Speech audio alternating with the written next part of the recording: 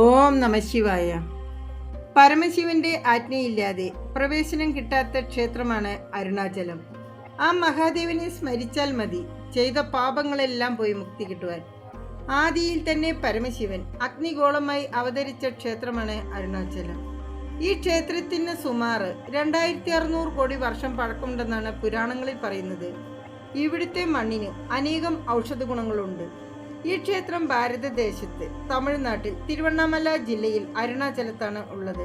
ഈ ക്ഷേത്രത്തെ അണ്ണാമലൈ ക്ഷേത്രം എന്നും പറയും. സാധാരണ ക്ഷേത്രങ്ങൾ മലയ്ക്ക് മുകളിൽ അല്ലെങ്കിൽ താഴെ കാണാറുണ്ട്. എന്നാൽ ഇവിടെ ഈ മല തന്നെയാണ് പരമേശ്വര സ്വരൂപം.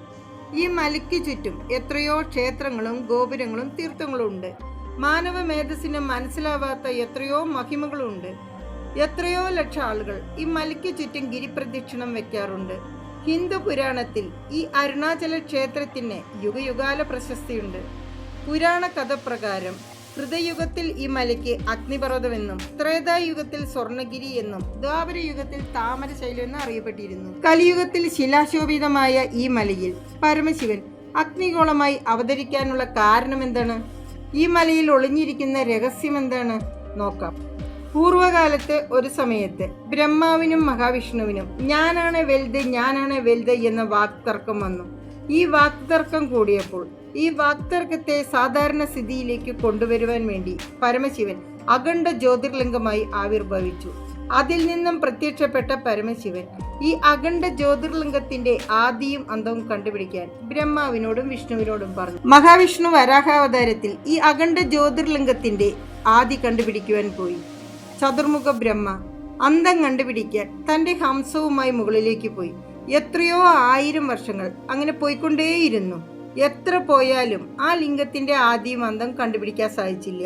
അപ്പോൾ മഹാവിഷ്ണു പരമശിവന്റെ മുന്നിൽ വന്ന് തൻ്റെ തോൽവി സമ്മതിച്ച് തനിക്ക് ഈ ലിംഗത്തിന്റെ ആദി കണ്ടുപിടിക്കുവാൻ സാധിച്ചില്ല എന്ന് സത്യം പറയും.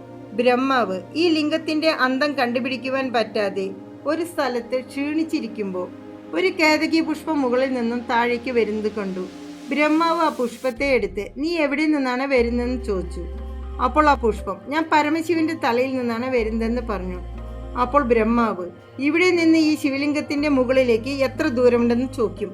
അപ്പോൾ ആ പുഷ്പം ഞാൻ ഇങ്ങനെ വീഴുവാൻ തുടങ്ങിയിട്ട് എത്രയോ വർഷങ്ങളായി എന്ന് പറയും.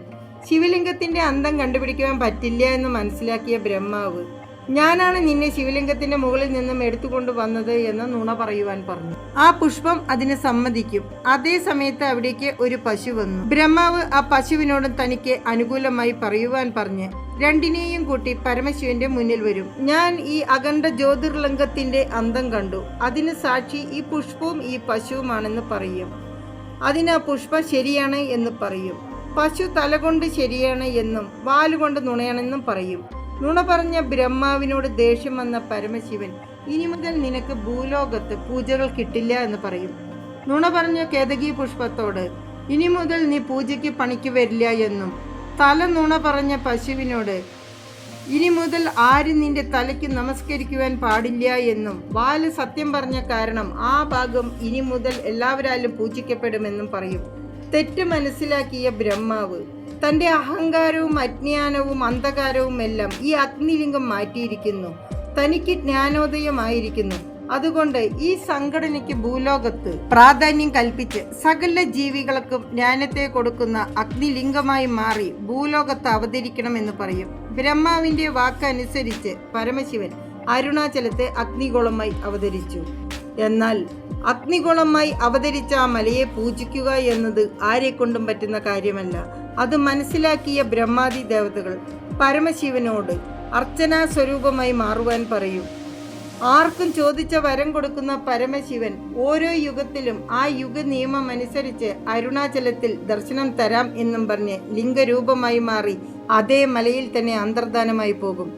അങ്ങനെ പരമശിവന്റെ വരം പ്രകാരം കൃതയുഗത്തിൽ അഗ്നിപർവ്വതമായും ത്രേതായുഗത്തിൽ സ്വർണഗിരിയായും ദ്വാപരയുഗത്തിൽ താമരശൈലമായും കലിയുഗത്തിൽ സാധാരണ മലയായും ദർശനം തരുന്നു. അരുണാചലത്ത് പരമശിവൻ അഗ്നിലിംഗ രൂപത്തിൽ അവതരിച്ച സമയം മാഘകൃഷ്ണ ചതുർദശി അർദ്ധരാത്രിയായ കാരണം ആ ദിവസത്തെ ഇന്നും ശിവരാത്രിയായി ആഘോഷിക്കുന്നു. അരുണാചല സന്നിധിയിൽ ചെയ്യേണ്ട പൂജകൾ എങ്ങനെ ചെയ്യണമെന്ന് പരമശിവൻ തന്നെ തീരുമാനിച്ച് ഗൗതം മഹർഷിയോട് ആദേശിച്ചു. അതുകൊണ്ട് തന്നെ അരുണാചലത്ത് ചെയ്യുന്ന പൂജകൾ ഇന്നും ഗൗതം മഹർഷി ആദേശിച്ച പ്രകാരമാണ് നടക്കുന്നത്. അരുണാചലത്ത് ഗിരിപ്രദക്ഷിണം 14 കിലോമീറ്റർ നടക്കുവാനുണ്ട്. ഗിരിപ്രദക്ഷിണം ചെയ്യുമ്പോൾ വളരെയധികം ഭക്തിയോടെ പ്രദക്ഷിണം ചെയ്യണം. കാരണം അത് വെറും ഒരു മലയല്ല, സാക്ഷാൽ പരമശിവനാണ് ആ മല. പരമശിവ സ്വരൂപമായ ആ മലയെയും അഗ്നിലിംഗത്തെയും ദർശിക്കുവാനുള്ള ഭാഗ്യം എല്ലാവർക്കും ഉണ്ടാകട്ടെ എന്ന് പ്രാർത്ഥിക്കുന്നു. ഓം ശ്രീ അരുണാചലേശ്വരായ.